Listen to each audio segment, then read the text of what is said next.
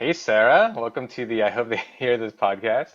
And I don't think we've seen each other. I feel like we've met each other like a few times through mutual Mhm. friends.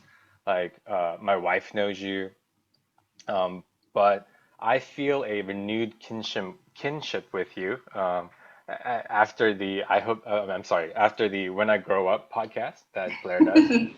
Um, Yes. Finding out that we are both, yeah, you do data work. My work is heavily data related. So, Mhm. yeah, when I was listening to that episode, I could relate like 100%, all the things you were talking about. Yeah, I even told her before I went on, I was like, by the way, David's job is like OG data science. Like, like supply chain is the father of analytics. So I might say the same thing. She's like, your story will be a little bit different. So I was like, No, yeah, that's definitely true. So for sure. that's I great. think, yeah, for those of you guys who haven't heard, especially if you are thinking about careers and like what kind of fields to get into, definitely go listen to Sarah's episode on When I Grow Up because, yeah, although the how of what we do is similar, I think the why and like the result Mhm. can vary very differently, very much. So. Yeah, I for sure. think it was very different. Yeah. And you're in Chicago now, right? Yeah, I am. So I moved here right after I graduated from Georgia Tech. So about three years ago now. hmm Yeah. So, can you just tell us the story of kind of how you got there? I know that it was. I know you're in Chicago because I listened to the podcast and your work got you there. But just in terms of, like, did you grow up in Atlanta? Like, how was your time in Atlanta? Do you miss it? Like, Oh how my is goodness. life in Chicago? Can you just kind of run us through your life story a little bit? Yeah, sure. So I was born, raised, and educated in Atlanta, or in Georgia, I guess, in Koreatown area, so Duluth. Mm. Um, I was an accident. My dad was very angry when he found out that my mom was pregnant. So my brothers are lots of years older than me, um, Mm. and I'm the only daughter as well. So growing up in Atlanta, yeah, I think I had a really great childhood. What do I remember about it? I mean, I think for me it was really great growing up with a lot of Koreans. Mm. Um, I mean, in elementary school, I was one of the only like 10 or 20 Koreans in my elementary school. But once I got to middle school, I went to Hull. So I Mm. remember at the start of the year in sixth grade, in my homeroom, there were, I think, 5 Koreans.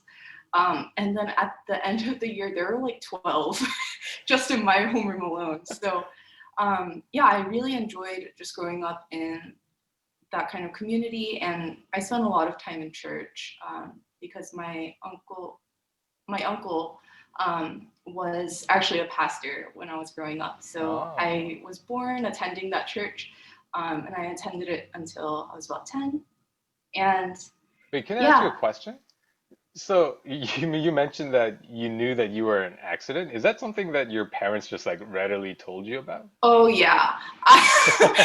Especially from a very early age, they would tell me that I was a happy accident, and this was when I was like 4 or 5. But I would Wow. go around telling people when I met them, like, "Oh yeah, I was a happy accident," and I think my parents just were like, maybe it's not the best that we like push this narrative on her. Mm. But no, I did ask my mom about my like the circumstances surrounding my birth, and she was very explicit. So what's the age difference between you and your brothers? My oldest brother is 11 years older than me, and then my younger brother is 8 years older than me. Oh wow, that's huge. So they must have felt like dad number two and dad number three, huh? I like to refer to them as my uncles. Oh wow. Do you feel like that influenced the way that you grew up at all? Knowing that you have two significantly older siblings above you? Yeah, I think they were definitely the guinea pigs of my parents' parenting. And also because they were both sons, I think they received a lot different treatment than I did, Mm, especially with regards to discipline and just the way that my parents expressed love to them. right. So yeah, I mean, I definitely felt very favored as growing up as a child, and I know that my parents always wanted a daughter, so in that sense, yeah, I felt a little bit separate from them, but it was really cool. Like when my oldest brother, I was about 7, so I was in second grade, and I just remember this one particular afternoon where my brother said he would pick me up from school, Hmm. and he was driving us. We were listening to 104.7 The Fish, and he took me to Macaroni Grill of all places.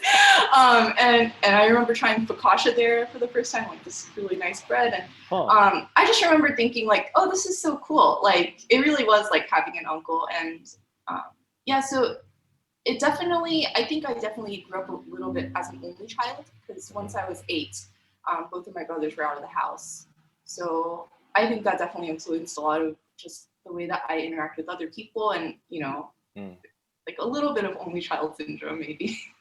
So I know that when people grow up with siblings that are much older, they tend to, well, you tell me if I'm wrong on this, but I feel like they tend to mature a little bit faster, like intellectually, maybe even emotionally a little bit. Or do you find that to be the case in your experience? I couldn't tell you. I don't think I did. I do remember that I got along really well with my grandparents who raised Mm, me from, age 0 to about 6 or 7.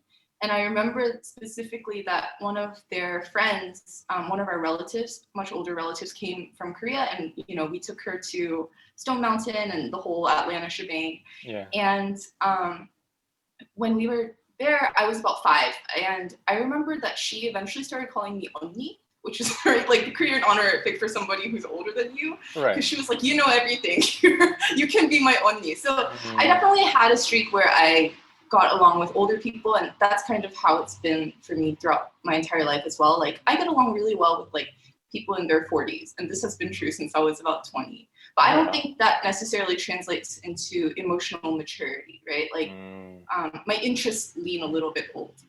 hmm. Oh, interesting, interesting. So then, like, what roles did your brothers have in your life? Because you mentioned that you had that awesome day, like where your brother picked you up and you guys, got to go out together and stuff like that. But besides that, was there? Because I'm asking, and I'm interested in this because my wife has a sister who's 7 years younger, Yeah. and she always talks about how it's funny because her Korean name is Yudi, and Mhm. sometimes she'll call our daughter Yudi on accident because she's so used to like calling the person that she's taking care of Yudi. Like she would always pick her up and like drop her off at like dance lessons and things like Oh. that. So did your older brothers have, did you kind of have that kind of relationship with your older brothers? No, I think part of it is I think it's a little bit different between when the older sibling is a girl. Mm, I think there's a little bit more of a maternal role that they tend to take on. mm, Um, I think my brothers were their biggest impact on me was that they took the blows of my parents' parenting mistakes a little bit harder and were used as a learning ground for my parents. mm, Um, but yeah, I just remember feeling very safe with them. wow. My favorite memory with them is, I was about 3, and my brothers were 14 and about 12, and Danny, the oldest, my parents had left the house for the evening, and so Danny was in charge. And Danny was like, Sarah, if Andy bothers you, come tell me, and like I'll beat him up. I was like, okay, great. And so Andy and I were hanging out, and like he bugged me, and then I was like, Opa, Andy is bothering me. And so he came into the room. He's like, okay, Sarah, leave the room. I was like, okay. So I went out and I was like, oh no, he's about to get beat up because of what I said. I was like, yeah, Andy. But then I kind of cracked the door open and he was just tickling him really hard. Aw. So, in that sense, yeah, my brothers were very, very loving towards me. And Mm, yeah, I mean, we haven't had a perfect relationship, but I think just having siblings in general, it occupies a big part of your identity and a big part of like your mind space. yeah. And yeah, I think I kind of followed in my oldest brother's footsteps a tiny bit because he went to Northwestern University after he went to Emory. Hmm. and I really wanted to go to Northwestern. I was like, I need to go to Chicago. Like, that is the place for me. Uh-huh. So yeah, a little bit of the uncle like role model, but also just like because they're my brothers, I still kind of think of them as my younger brothers sometimes too. Yeah. So, do you think your relationship has evolved since you were, like 4 years old to now? Because back then, like when you, I'm sure before you started working, you guys were always in different kind of stages of life, right? But now Hmm. that you're like out in the real world, Yeah, like working and all that, you guys are in on like much closer, life stages, right? yeah, So, do you feel like your relationship has changed because of that? yeah. I mean, it feels extremely different um, in a lot of ways just because I'm older and I started to feel the gap lessen a lot as I approach like maybe 22 or 23. I don't know why I felt it lessen so much, but I just started to think of them. I just remember, like sometimes when the younger brother Andy, when he acted immature towards my parents, growing up, I really looked up to Andy a lot. He was really funny, and like we would watch Arthur together, and he would make all these sarcastic comments, and I just thought he was the funniest. Hmm. Um, but he also found me very annoying when he got into puberty. Mm, And so one of my goals growing up was like, don't annoy Andy. And there were a lot of things that I did that would annoy Andy. And so like growing up, I was very sensitive about that kind of stuff, and I tried not to be annoying. But then as I grew older and then I started to see some of his like character flaws and he's not perfect and a lot of yeah. things that I wouldn't do at his age.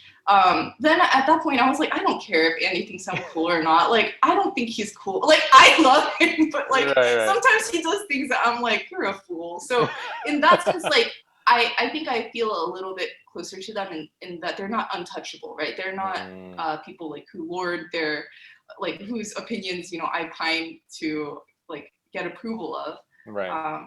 But yeah, I mean, it's really nice. It just feels like we're old adults when we travel Yeah. together. So I wonder if that has, because as Asian Americans, we have that kind of elder respect Mhm. built into us, right? But that can work against us. I think that works against us when we enter the work field, Mhm. because like my first manager, I actually called him Mr. like his last name. And he was like, please don't do that. Just call me Dave. So I just couldn't there's that thing, right, where like Yeah. I need to do this to respect you. But do you feel like because of the interactions you had with your older siblings, like that helped you kind of ease into the American work field where you could kind of say, well, you're not really untouchable, even though you're, 30 years older than me, we're, working at the same place and things like that? No. Yeah. But the other thing is that um, within my company, everyone is so young. Mm, Even the senior managers, they're like mid 30s mm, latest. And so, in that sense, but it only took a quick adjustment for me, which was, oh, I wonder why they don't want me to call them Mr. Steve, even though they're only 3 years older than me. But then I thought if someone 3 years younger than me was like, oh, like, like Mrs. Paik, like, I have a name. Like, you can just call me Sarah. yeah. Especially in such an American context. So I Mm, think in that sense, I was ready to let that go. But no, I don't think it helped me all that much. But mm. that's really interesting, actually. Yeah, no, it's well, it was a little bit different for me because my manager, he was like 2 years away from retirement when I started Oh my working under him. gosh. So he's much older. So I thought he'd be cool with it, but he was like, no, no, call me by my first name. No, that's a hard adjustment to call some adult, like who's your parents' age, by their first name. Feels Yeah, like slapping them in the face. So it's yeah, weird that they would ask to be slapped in that way. But yeah, it's all about context. yeah. It's so interesting. All right, sorry, I kind of took us off track. Please continue with your life story. Oh Because dear. no, no, you talked about how you grew up in the church because your Hmm. uncle was a pastor, Oh yeah. and you were in Atlanta most of Hmm. your life, right? Yeah, so I just remember that I was a pretty studious kid. I really liked school. Um, and yeah, I really liked school is pretty much what I remember. And I spent a lot of time in church. Mm. Um, I remember somebody like in middle school, some guy asked me out and I actually kind of liked him, but then I was like, I can't go out on a date with you because he's like, when, or I even said yes. I was like, I'll be your girlfriend. And then he's like, when do you want to hang out? I was like, well, Monday I have piano lessons. Tuesday I have my other piano lessons at the church. And then on Wednesday I have like tutoring. And I just like took all the days up. And then he was like, so I was like, it looks like we can't go out today. So that's what I remember is that a lot of my life was like work or not work, like school, church, and piano lessons. Mm. So then, because you brought that up, did your brothers, were they like overly protective? No. No, were they? So if you had told them that you were like about to go out with a guy, No, like, they were. My oldest brother was a little bit protective, like when I started getting into middle school. But I think it. He also left. Like he was not around at that point, mm, right? So they're way too old, and I wasn't really in touch with them at that point either. And our family is not does not share our feelings with each other. So that oh, okay. would happen. Yeah, that's a very Asian thing. Like, are you telling like your daughter like when people ask like, oh, what about when she gets married? And you're like, she's never gonna get married. Like, are you Yeah. one of those dads? No, I'm telling people, yeah, she's gonna start dating when she's 30. She- So typical. Yeah. Yeah, I mean, but I'm sure once, no, because, yeah, sometimes I think about it, about, I was at a wedding, this past weekend. It was a bizarre wedding because, like, it was the whole, like, COVID, Mm-hmm. safety precautions were in place. We were all wearing masks. Yeah. It was outside. There were, like, and it's odd for a Korean wedding to be so small, but there were, like, maybe 20, 30 people there. Oh wow. So the setting was already really kind of odd and unfamiliar. But when I saw the father, like, give away the daughter, Yeah. like it like hit me, like it was like different. Like, I don't know, maybe I was caught off guard because I was in such an unfamiliar setting.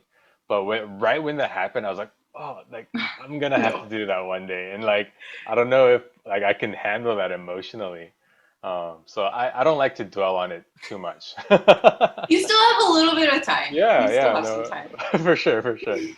Yeah. So, Sarah, you mentioned a lot about like piano lessons, and that's actually one of the things I really want to talk to you about. I'm interested in, is you are a fantastic musician.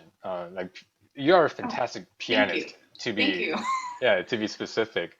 So I wanted to kind of hear about that journey of like how you started playing piano and how you got to a place where I mean, not only do you like play piano yourself, but like you provided tracks for David Kim Mm-hmm. most recently, right? With the Worship Break. Yeah. Beautiful, by the way. Thank you. So like, how did you like evolve yourself to get to that point? Yeah, sure. So I think I have a pretty typical path, which is that, I mentioned that I had grown up at my uncle's church. I think you might actually know his daughter, Crystal Hong was her name, but now she's Cameron Lee's wife.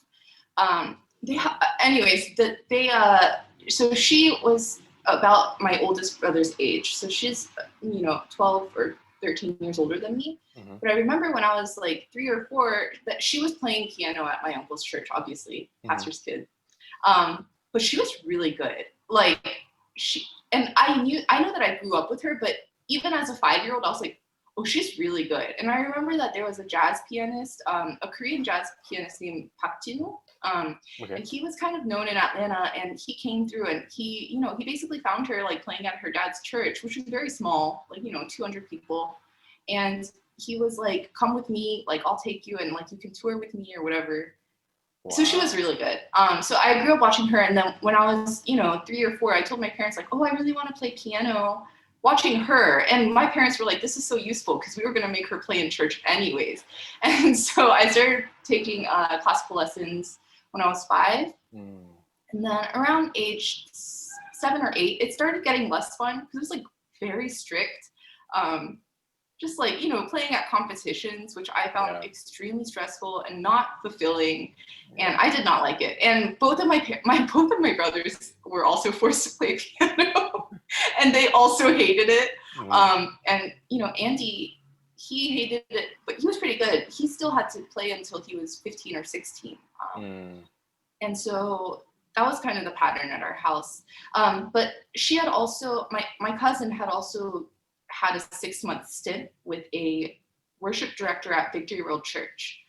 And he had kind of taught her like chords and a different kind of way of playing music than what I heard other pianists at the time playing. And so my parents got in touch with him. And so, for the last couple of years of elementary school and for most of my middle school years, I was going to Victory World Church, which is a huge, like, multiracial mega church. I was going there every Tuesday afternoon, like after school, for a lesson. Is that the one in Doraville? In Norcross. Norcross. Okay, yeah. Okay. Yeah. And so I was going there every week to get lessons, and so I learned chords there, and then I mentioned that I had, that I left my uncle's church when I was about 10, and so we left there.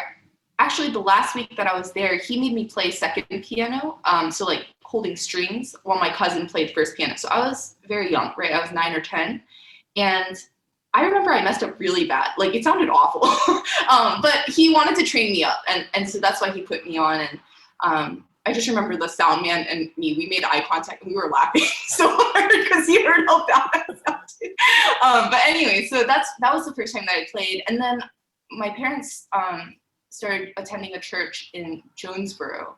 So we drove down an hour and a half every Sunday to go to this church. And it was actually mostly mixed couples. So it was a lot of couples where the man was either white or black, and then the wife was Korean. And the head pastor of this church was Korean. And so there, they had very like adult services, and I had to play piano for them. So I was playing like hymns with these very old people who didn't know how to like lead worship. So that was one of the things. And I remember being pretty lonely there, actually, just because I kind of got isolated by the other kids. Maybe because I was the only like full Korean. Like, to me, I felt very other when I got there. So that was not a fun time, but I did spend a lot of time playing there. And then meanwhile, I was still getting lessons from Victory World Church and getting my classical piano lessons. And this continued through high school. And then in high school, my junior year, I finally got to quit classical piano lessons. And even before that, a couple years before that, my teacher at Victory World Church, he quit on me. Like, he was like, I'm getting too busy, whatever. And I wasn't making progress. I specifically remember one lesson. He found out that I hadn't been playing at a church for like a year. And he was like, wait, so you just come into these lessons and you haven't been applying? I was like, no. And he was like, why are you here? Like, why are you taking lessons every week? And I was like, because my mom forces me to. And he was like, do you like playing piano? And I said, no, I don't. And he was like, okay, so this week, your homework assignment, I don't want you to practice, no practice. But what I want you to is just spend some time every day praying to God, like ask him to give you a passion for piano, for music, to lead his people in worship. So that's your homework assignment for this week. And that's always stuck with me. But yeah, I was definitely wasting his time. He was giving lessons incredibly cheap as a form of his own personal ministry, to build up smaller churches in the area. And so that came to an end in middle school. And so by the time I was entering college, I had played a lot in churches. I had played in Korean, like KM ministry services. And I went between multiple churches, and I played for revivals, for a lot of Korean, like just older people's services. But I also got to play a little bit in youth group, and that's how I, got to play with David. and we were in worship team together. So that was really, really great. Mm. Uh, so yeah, I had a pretty mixed experience of like playing in different environments, but honestly, I didn't like it. All So, I really liked about it was like, it was just out of pride. I liked being good at something, and I don't know why, but I felt very threatened when I met another like female piano player in church. I was hmm. like, huh, competition. But I don't know why I thought that, because I didn't even like playing piano that much. I didn't practice. Like, I didn't like it. But I did like the feeling of being better than other people. And I think eventually I just got tired of that. And so, that to say, when I was entering school at Emory, that's where I went for undergrad. I remember I was moving in, and it was, I had packed all my stuff. We were loading it in the car, and literally my dad had put the keys in the ignition. And my parents were like, "Are you not going to take the keyboard?" Because like my friend, actually, I think you know him, Jeff Nam. Oh yeah. Yeah, so Uh-huh. he had lent me his keyboard in high school. I Oh. don't know why, because like we had jammed together a couple of times, and he's like, "Oh, you don't have a keyboard? Like use mine." I was like, "Okay, thanks." So he lent it to me for several months, and I just left it at my parents' place, and they were like, "You're not gonna take it?" I was like, "No, yuck!" And they were like, "Sarah, are you sure? Like maybe your friends will want to play it a little bit, or like like it can't hurt just to take it. It's so small." I was like, Hmm. "Oh, fine." And so we took it. That's how I got a spot in my freshman dorm room. Oh wow. Um, and through freshman year, like obviously there were some chances to like jam with people, and that's kind of part of college socialization. But Yeah. I wasn't practicing regularly even at that point, and it was still kind of just a thing that I used to feel better about myself Hmm. compared to other people. Like, oh, maybe I'm not the best at math, but I'm better at playing at a church service than you are. Or like, right, Yeah. just something so petty like that. But I think a lot of things changed my sophomore year. Hmm. So my sophomore year of college, that summer I had gone to Dominican Republic uh, for a mission trip with crew, and um, and after that I was basically set up to become co-leaders with one of my best friends, who was also in that mission trip.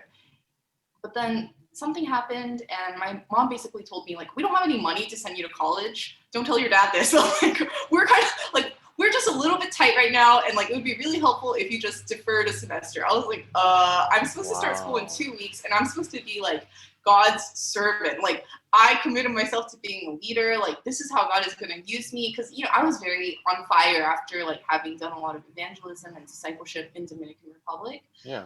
Um, And for those but of you who don't know, Emory is a private school, so the tuition is very expensive there. it's Yeah. pricey. I was so selfish, but No, yeah. no, So no, no. I definitely I and so I asked my mom, like, what do you want me to do? And she's like, Hmm. you could work, or like maybe you can go like overseas, like, and help out with a missionary or whatever. And so Wow. I had always wanted to go to Laos. I had visited Laos as part of a mission trip in high school, and I loved the people there. I loved the ministry there, which was like training up the national soccer team. That's the missionary that we were working with. So Cool. cool. And so I was like, I just want to, and I felt very loved there, and I loved the food and everything. And so I was like, oh, I want to go to Laos. But that missionary, he actually said, like, oh, like, we're not really in a place right now to like have you here. We'd love to have you at another time. And so that wasn't going to work out. And I ended up going to India, where my parents have a pretty close relationship with Missionary Park. And so Han Vision has actually gone on several mission trips with Hmm. Missionary Park now. But so I went there alone for a semester. I, Wow. yeah. So that was my sophomore year, first semester. And um, yeah, I was extremely lonely there because um, like it was, first of all, nobody spoke English, which is Hmm. obvious, but everyone spoke Bengali or Korean. Hmm. And so, I was there, and the Korean missionaries, they were closer to my parents' age, and the church that we went to was also for Korean missionaries living in Kolkata. And so everybody there was like close to my parents' age, and then they had children, right? And so everyone was like, and there are no college kids at Kolkata. Like, they would all Yeah. go to Korea or America for college. And so I was like pretty much the only college age person.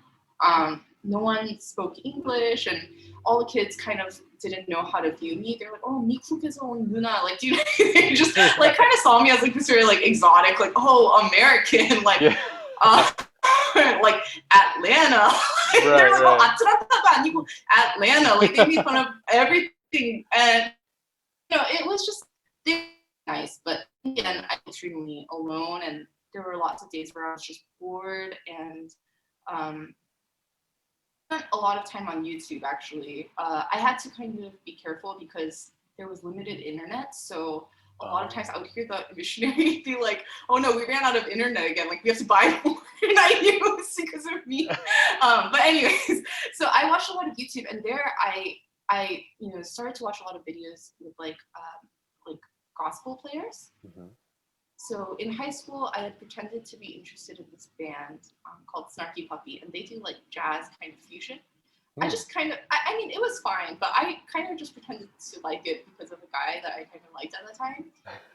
And so I didn't really love it, but I was kind of exposed to that world of like jazz and like, modern music. Mhm. Then when I was in India, like I stumbled upon these videos of some of these same guys who like played with Snarky Puppy, but it was videos of them in a different context, which was like in church. So most of these people, they're Black musicians and they play in their churches, and the videos were so low quality. It's like 2007, 2006 phone recordings. But the things that these guys were playing were incredible, and just made no sense to me. I had not heard anything like that growing up, and I also didn't have any opportunities to play piano when I was in India, which Mhm. I didn't think would be a problem. As I mentioned, I didn't really like music at that point, but I think I felt a little bit unseen and like without a voice, Mm. just because Yeah. I wasn't able to speak my native language. I didn't really have a way to connect with people. Like, I connected with kids who spoke Bengali and were like 20 years younger than me. Um, so yeah, that's kind of how I got into gospel music a little bit. And then when I came back to America in the spring, that's actually the first time that I started looking to buy a professional grade like keyboard. Mm. And so I named him Montel after actually the worship leader at Victory. Oh. Do you know that song? This is how we do. Yeah, yeah. Hmm. Yeah, that Montel Jordan, he gave his life over to Christ and committed himself to ministry at Victory World Church. And so I named my keyboard after him, Montel. And at that point is like kind of where I started to practice. So I took this. I mean, okay, here's the deal: is like I didn't attend a Black church, Hmm. but I had so many videos of people playing, and I didn't even know where to begin. So I just started tackling hard things. Mm. I would literally listen to these videos and just play the same 5 seconds over and over again. And I tried to copy it and imitate it exactly. And that's literally how I started. It's just like copying 100% what other people were doing. Yeah. And like to give context about how weird that is, it's like if someone came to America and they had no concept of English, or they didn't come to America. They're in Korea, they're learning English, they have no context of English. And instead of like learning like, hello, how are you? They're learning words like maybe they're learning like, I don't know, like linear regression, like just like Mm. random words that might not have any context. Right, right, right. And so that's kind of how it felt for me, which is like, what this guy is playing sounds really crazy to me. Mm. But it might not be crazy because I don't have any context for it. Like Oh, I see. maybe in church, like this is a very normal way to play this song. But because it was so new to me, everything sounded crazy. So Mm. I think while doing that, I definitely hit upon some actual crazy things and some basic things. And so, yeah, I think sophomore year is kind of when I started to take practicing a little bit more seriously. I was probably practicing, I like there were weeks when I would get in like 4 to 7 hours of practice, and usually they're in big spurts. Mhm. Um, then I started attending a church called Renovation Church in Atlanta. Okay. and they're multicultural, and uh, their music just spoke to me. It was kind of like gospel, which I had heard in the videos, but kind of not. But I just remember really, really loving it. And I tried out for their worship team. I practiced like crazy. And they were like, oh my gosh, yeah, obviously you're welcome in. And so that was like a huge opportunity just for me to experience worship with different kinds of songs. So they did Mm. a lot of different genres, right? Like R&B or like rock. Um, and that's kind of where I first thought, like, oh man, when people ask me what kind of music do I like, I think growing up, I always said everything except for country, which is a common answer, right? Hmm. But Hmm. then I thought about my favorite Christian artists, and I was like, a lot of the songs that I sing, they're kind of country. Like, if you just heard like Chris Tomlin or like Shane and Shane, who Mm. I adore, but Yeah. I was like, that's country. Like, but to me, I had just called that Christian music. Do you know what I mean? To me, that's how Mm. Christian music sounded. But Yeah. going into this church, which was multicultural, and they like were very intentional about Yeah. I realized how many assumptions my idea of worship was based on. Um, Oh, and interesting. it's just based on the context that I was like exposed to. So like, especially growing up in a Korean setting, it's a lot of like lament and prayer kind of Hmm. is where I feel like Korean worship kind of thrives and is where the heart is. And Yeah. so like being very contemplative, I think is also something that I learned in like being in youth group. Um, I really like songs like by Brooke Fraser, like Nobody, or what is it, like None But Jesus, right? Or Mhm. like Yeah. kind of these quiet contemplative songs that to me was worshipful. That was the definition. But then going into other settings, I was like, oh, this is like there are different styles of worship, Hmm. and worship music can sound very different. Oh, that's interesting. Yeah, because when I think about worship, there is a very narrow like style set Yeah, of worship music that I'm accustomed to and I can think of. But when you started throwing out like R&B and rock, it took yeah, me aback a little bit. Like, oh, like you can worship in those styles. That's very interesting. yeah. So I mean, I think I kind of grew my musical awareness there of like what worship could sound like, and I also just fell in love with hymns. Just a lot of these hymns I had heard growing up, I realized that it's not that I didn't like the hymns. I just didn't like the way that they were sung. Like, so, but the lyrics are incredible. And almost all the hymns that I really love and treasure, you know, they have several stanzas about life on this earth. But almost all of them, the last stanza is usually about death. Is about like what happens when we get to eternity, and like what happens when we shed these old bodies off, and you know we're resurrected into a new life. Yeah. And I think that that really touched me because I thought about death a lot, you know, in my life, and was exposed to a lot of death growing up. And so yeah, I realized just how much I really love hymns and how much I want them to be in the church setting, Hmm. and also trying different approaches to bringing them in church, um, right? So that the most amount of people would be able to hear the lyrics and not be just like not just hear the music, but hear the lyrics themselves. And obviously, for each person, it will be a little bit different what speaks to them. But Yeah. yeah, so that was at Renovation Church. I had a great time there, and I was really treated like family there. And then, unfortunately, I got hired by a company to Right. move to Chicago, which I love. I always wanted to live in Chicago, like I had mentioned, Uh-huh. and I just wanted to live in a city with public transit. Is Yeah, kind yeah, because of Atlanta has MARTA, but that's oh my gosh. And like just being walkable, like Atlanta yeah. has like pockets, very small pockets of walkability, but then you have to drive to the next pocket. So Right, right. always wanted to, like Chicago was my New York. And so to get a job there was really great. It was very hard for me though, because I fell in love with my church, Hmm. and the things that I was learning, and just being intentional about building relationships with people who didn't look like me, people who didn't think like me, Yeah. um, and you know, really observing my own assumptions and my own context that I had grown up in and how it affected me. But moved to Chicago, and I think that's when I started practicing every day. Um, Wow. and what's crazy is I had to travel because I'm a consultant. Right. So my first project was traveling to Denver. So I literally carried a keyboard with me in my suitcase, like a very small keyboard. Oh, wow. And I took it with me there, and I practiced in the evenings and in the mornings before work. Actually, people like made fun of me. Like one time, like my suitcase, that my carry-on bag, Hmm. they didn't have room in the plane to take it, and so they were like, "Oh, we're gonna have to check it." And I was like, "Okay, let me just grab my keyboard out there real quick."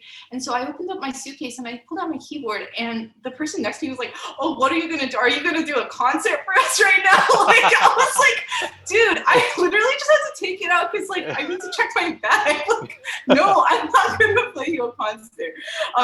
And so like even the clients saw like me carrying my keyboard around or whatever. Hmm. But so yeah, I started practicing pretty consistently for the first time in my life. Mm. And I was still just using that same approach of like just copying, right? And I realized along the way that at that, like, once I got into gospel music, all of that pride that I had taken in myself, man, that was gone.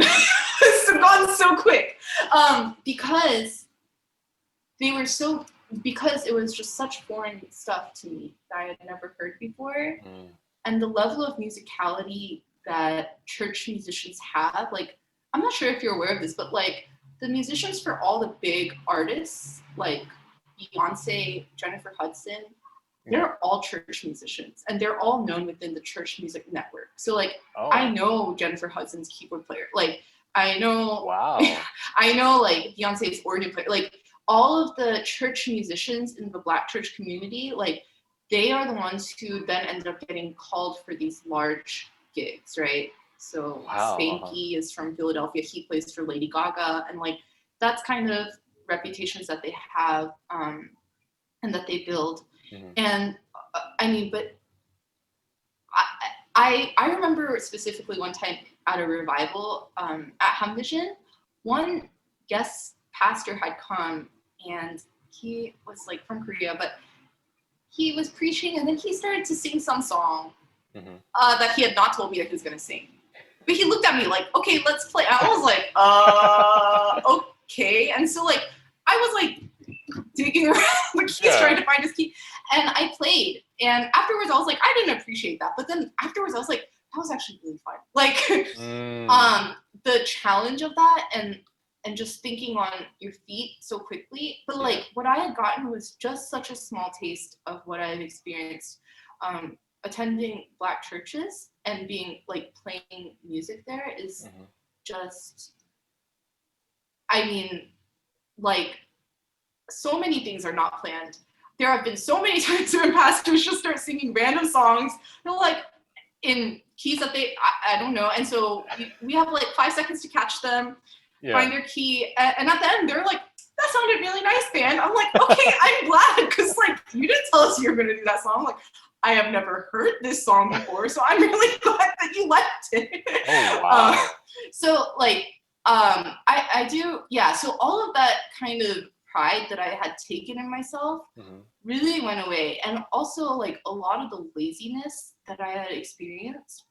It was such a weird way that I felt in high school, which is like I just wanted to be known as talented. Mm. I wanted people to look at me and think, wow, she's so good even without trying. I don't know why I thought trying was so uncool at that point. No, no, no. I think I can totally relate. And I think a lot of people do that too.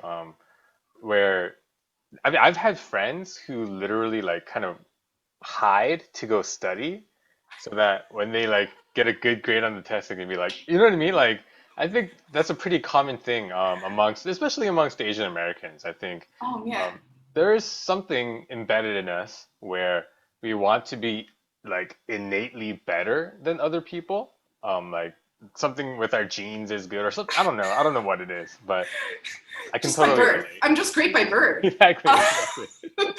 right? And so, but I had that to the max. But it was such at a dichotomy where it's like, I also wanted to be better than everybody else, but I Mm. also didn't want to try hard because, Right. yuck, that would mean that I'm not talented. And But then once I started playing different kinds of music, all of that went away. Suddenly, I wanted to try hard at everything, and there was no room for thinking that I was better than anybody else. First of all, because even just like the average church musician, like if you go into any church on a Sunday, they were already so much better than me.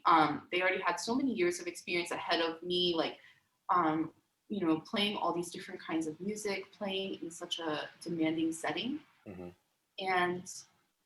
and at the same time, I also, as I started to practice, um, it's like even people who may think that they are at like quote unquote a lower level or like not as talented, even what they are able to play at that time, it means that there was that much time spent, right? Um, and it's kind of like I really like languages, so I think of everything in terms of babies acquiring language. Mm. Oh my gosh, your daughter is acquiring language right now, Right, but right, like in that setting, like you never make fun of her for saying a sentence wrong, or like you don't even make fun of her for babbling, right? You encourage it, in fact, because you know that if she keeps babbling and you keep giving her feedback, she's going to learn how to talk. right. And that's kind of how I started to see music as like, right, if I see a toddler talking, that's nothing to scoff at. Mm, They're yeah, making an effort. They have made an effort. They've made progress. They're yeah, making sounds. They might not be joyous or honoring to the Lord, but like they are doing it. And if they right, continue to do it and work at it, like they will get better. yeah. And so I started to appreciate, I think, people of all skill levels at that point. And I also received a lot of that kind of recognition from other musicians that I really respected, Hmm. um, which was like a clear understanding between the two of us that I'm clearly a baby when it comes to gospel music. And yet they would say, like, they would hype me up. They're like, you're killing, like, you're a monster. I was like, am I? Like, I don't think I am. Like, I feel like a child. Right. But I really do think that just like as musicians, there's this understanding of like you will get better, and if you're putting in the effort, like you could become a monster, right? Hmm. And that's kind of what I felt. Like I felt a lot of encouragement from other musicians who are at a much higher level than me. Hmm. But that's just normal. And when babies are acquiring language, like adults talk to them. Otherwise, they would never learn how to speak. Or like Yeah. kids who are older than them talk to them without being like, "Well, you're not a real English speaker yet, so like I don't want to talk to you." Right. So okay, I feel like I just rambled so much. No, no, no. Please, I don't know what I'm talking about at No, this I point. think I've been kind of collecting questions in my head because the the first question I had, in terms of your musicality is of all the lessons that you kind of took growing up, classical music and Mm-hmm. all those kind of things, what do you think has equipped you the best to get into like gospel music? I think what the training that I got from the worship director at Mm, Victory, hmm. it was basically more of a jazz approach, which was like learning music theory and scales and chords, Oh, okay. um, and like the language of music, right? As opposed to just reading music from Right, a right. sheet. Um, that and being thrown in really hard situations, like playing at church. I think playing in church is like especially and the smaller the better, like Hmm. because you're gonna have to adapt to a lot worse.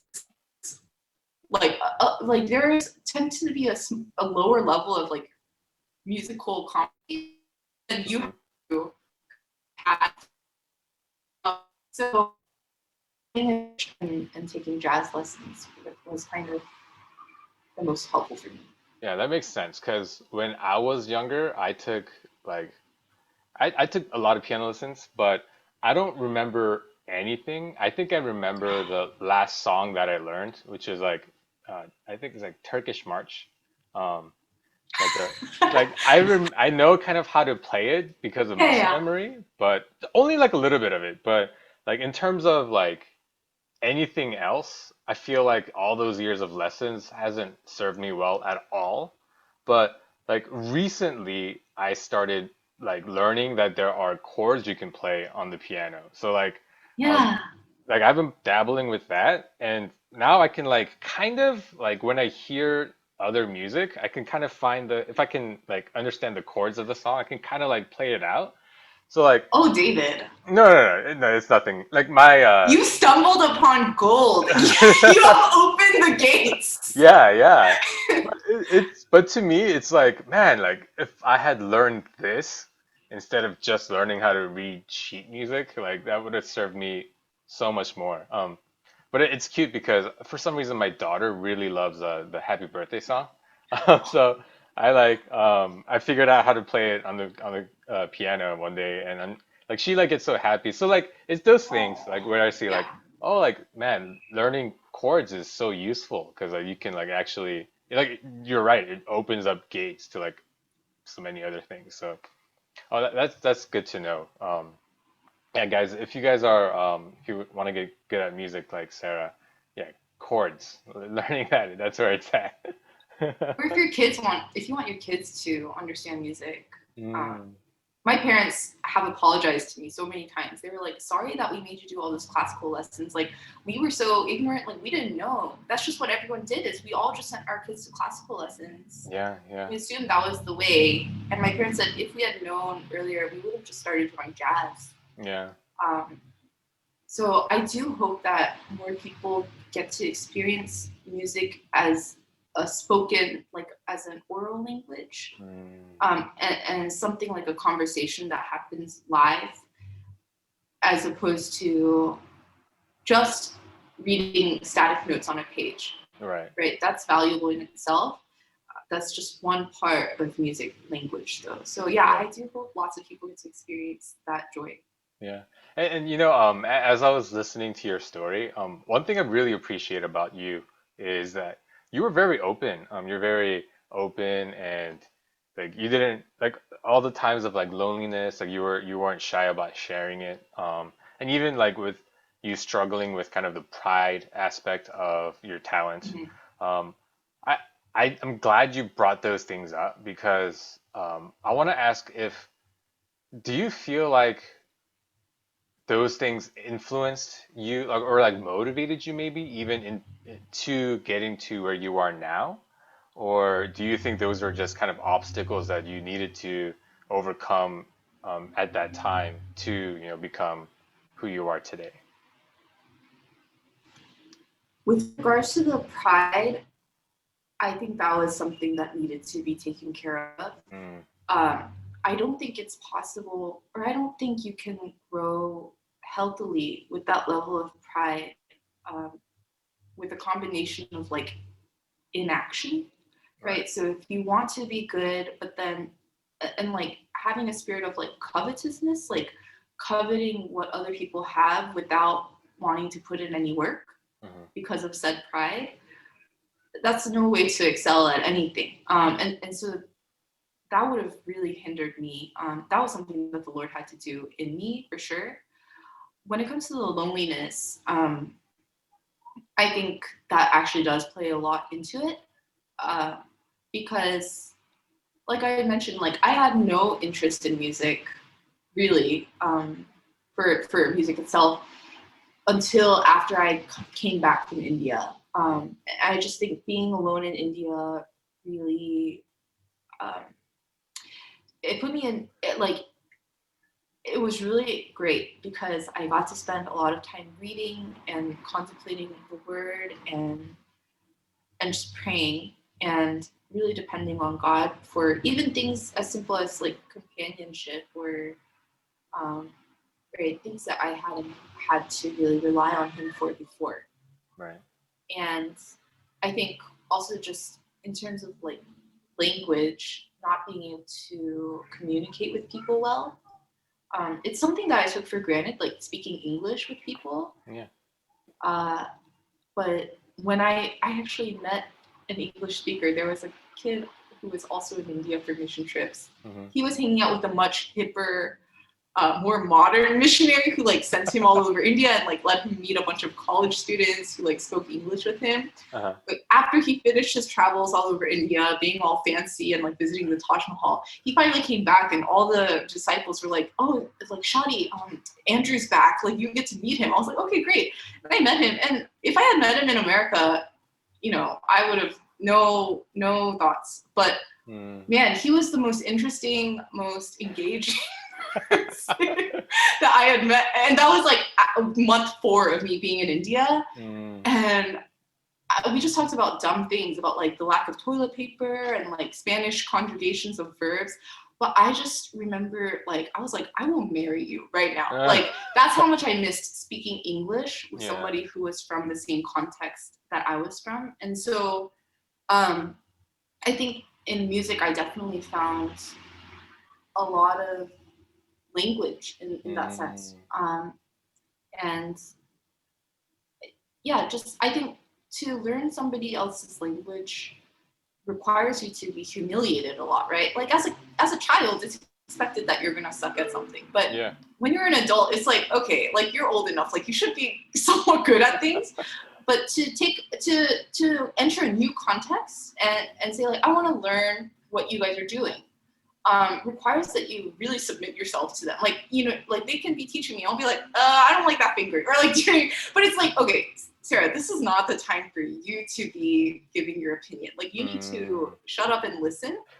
Um, but then what the result of that is that then I have language that I've actually learned from like people who speak the language, who are fluent in it, Mm. and then I can bring it out. And then at that point, I'm free to put my own interpretation on it, right? And um, I mean, the amount of respect that I have for church musicians, I don't know if you can tell, but it is infinite. Like, if I could Mm. tell the whole world the level of musicianship that these people are displaying on a weekly basis, Mhm. I would.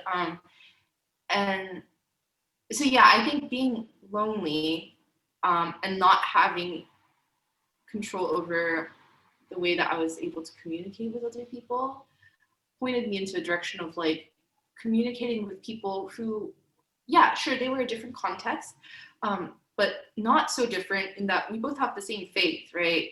Mhm. And um, just experiencing fellowship with Christians from around the world, like taking communion with people, to me is Mm. one of the most intimate things because I've done it with people in multiple different countries, right? Every time it's sacred. It's like yeah, I mean, I'm in India and I'm hot and I'm wearing a mask. I have sunglasses on, like things are dusty and things are loud and things smell different. Yeah. But we are here taking this biscuit um, and this juice, and we're both receiving the blood and flesh of Jesus Christ. Mm. And taking communion and promising each other that we'll remember Jesus, and asking Jesus like remind us of what you've done. Uh, and so I think that's why like gospel music was kind of a natural way for me to go in terms of that. Is there's enough novelty that I would feel challenged and motivated, but also enough familiarity. Like a lot of the hymns that they sing are hymns that I heard when I Mm. was a baby. Wow.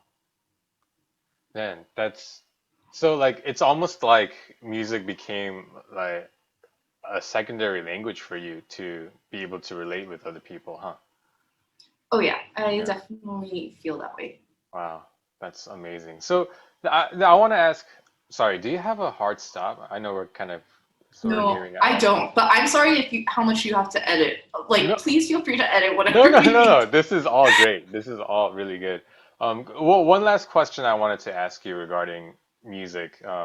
Well, I think it's so great to hear that it wasn't just a I like music, so I'm gonna pursue it, and that's how I got good. But it's like a real like life-defining journey for you. It's in a lot of ways it shaped who you are, and it opened doors for you that it was beyond just Mhm. being able to play the piano well.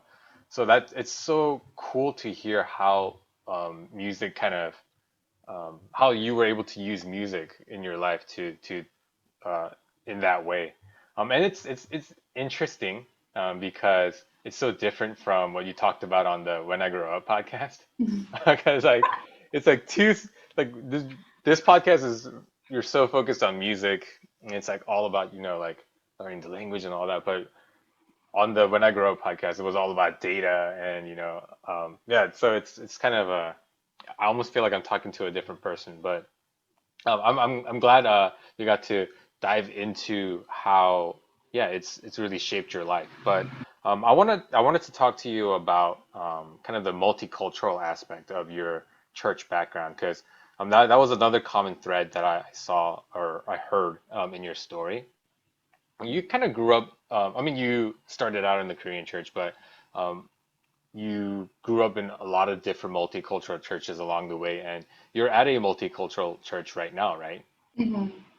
Yeah. Yeah, So I just wanted to ask you, like, do you feel like that has opened your eyes in ways that you, or given you fresh or unique perspective on things that you previously didn't have? yeah. Um, First off, I miss Korean church. Mm, I miss eating after service for free without having to decide on a place to go for lunch yeah. and without the awkwardness of having to ask people to go. Um, that said, I think in the context that I'm in, living in Chicago or living in Atlanta, uh, at Georgia Tech, Emory, Hmm. um, it's not Korean. Um, I just there's something very humbling about people from another worship and pray and share fellowship. These are mine, and I think some of the things that you talked about with Paul Hmm. during his interview, which is like stronger and weaker conscience. Hmm. I have experienced so much of that being in multicultural churches. Just like sometimes people do things, I'm like, or like sometimes I do things and people are like, right? We're like our own ideas, our own cultural ideas of like what is right and wrong. I mean, they're just highlighted and it's always awkward, right? Like even things as simple as like worship. People have very strong feelings about that things like prayer and even the way that people maybe interpret passages like there's so many different contexts um, but then the beauty of that is like you get rid of all of those differences and you realize like yeah there are people all around the world who are Christians who have Hmm. faith and all of our faiths like they're based on the same truth but they manifest in very different ways and they manifest in corporate settings in different ways as well Yeah. um, and it's beautiful, right? It's like watching Koreans pray, just shouting at the top of their lungs and crying and screaming on the ground. That's very beautiful. And, I would hope that lots of people get to experience that or like get to see or get a piece of like the Korean experience. Yeah. And in the same way, like, I hope that people get to experience the exuberance of a gospel setting or get to experience like the rich theology of like high church, even like between denominations, right? Like a Lutheran church, they have a lot of liturgy and just older church traditions. But even that, it's like we're relating to the Christians of old, Mm. and these same prayers that carried Christians throughout centuries and centuries are now, we have them, and of course we feel very modern, but we're not so far removed from those people either. So just experiencing the common thread of Christianity and of faith in Jesus Yeah. through all of time and through multiple cultures, I think it makes me excited for heaven. What different things will we see there, Yeah. and the ways that people perceive God, the ways that they worship Him, the ways that they honor Him. And I just get a small taste of that at a multicultural church, Yeah. or when I leave the country. And so, yeah, I think it has really, really changed my life in a lot of ways. And made me, see things in myself that I assumed were from God or from the devil, right? And I learned like, no, it could just be a result of my own cultural context. So Mm. yeah, I love it. But I also somebody feed me some Korean food, Yeah. please. Give me your kare with your kimchi. Like I want your cheapest Korean lunch. Yeah. Oh man. Yeah. And I think that's a good message for everybody. To be open-minded about that.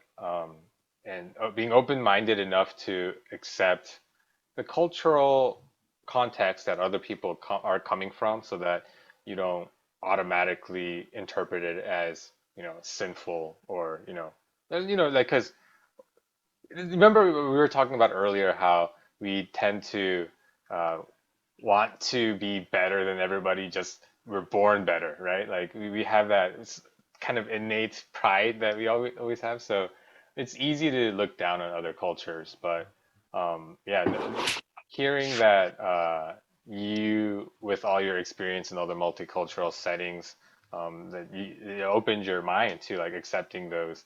I think that's great. I think that's something that we should all strive to achieve and strive to do. So yeah, Sarah, did I lose you? Internet might be going wacky right now. Okay.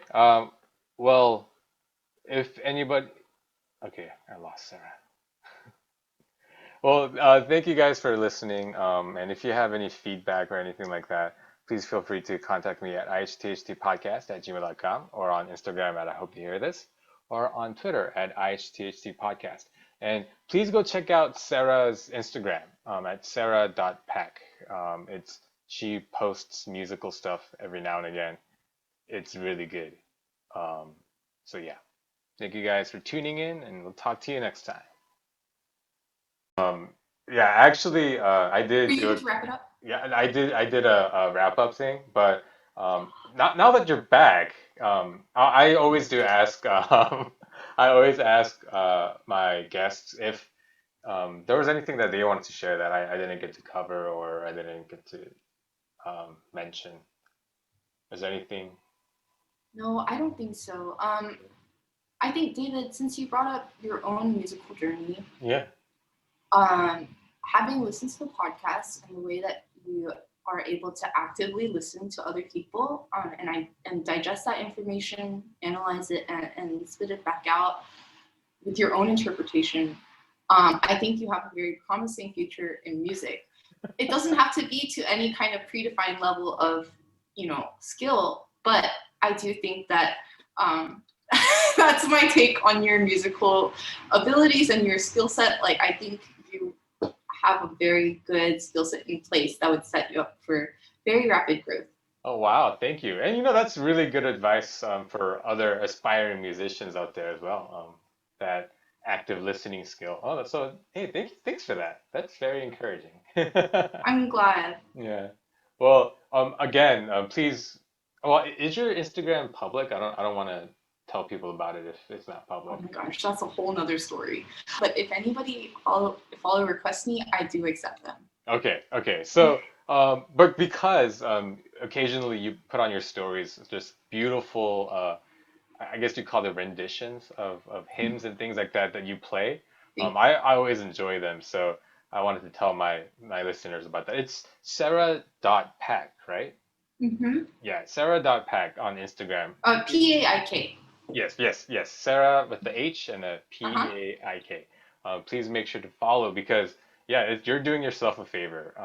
Like whenever you see a story update from her, always watch it, because it's gonna be beautiful music. Yeah. Thanks, So David. Sarah, thank you so much for making the time. I really enjoyed talking to you, and hope we can do this more often in the future. Yeah, thank you for having me on. This was great. Yeah, awesome. Well, thank you for all the listeners for listening, and we'll talk to you next time. Bye.